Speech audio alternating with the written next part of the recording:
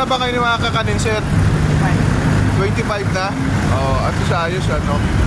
25 pesos na kasi malaking hiwa naman eh.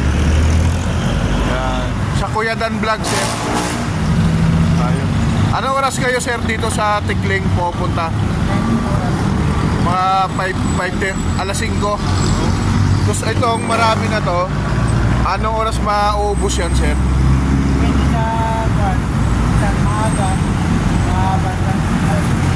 Mga alas 11, ubos na. Anak mo, kasama mo.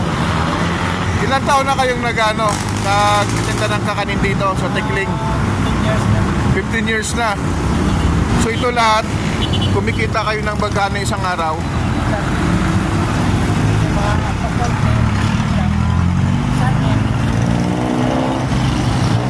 Pag may benta nyo to lahat, magkano?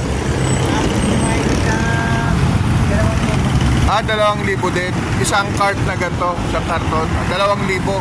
So 4,000 yung dalawa. Sige, sir, maraming salamat po.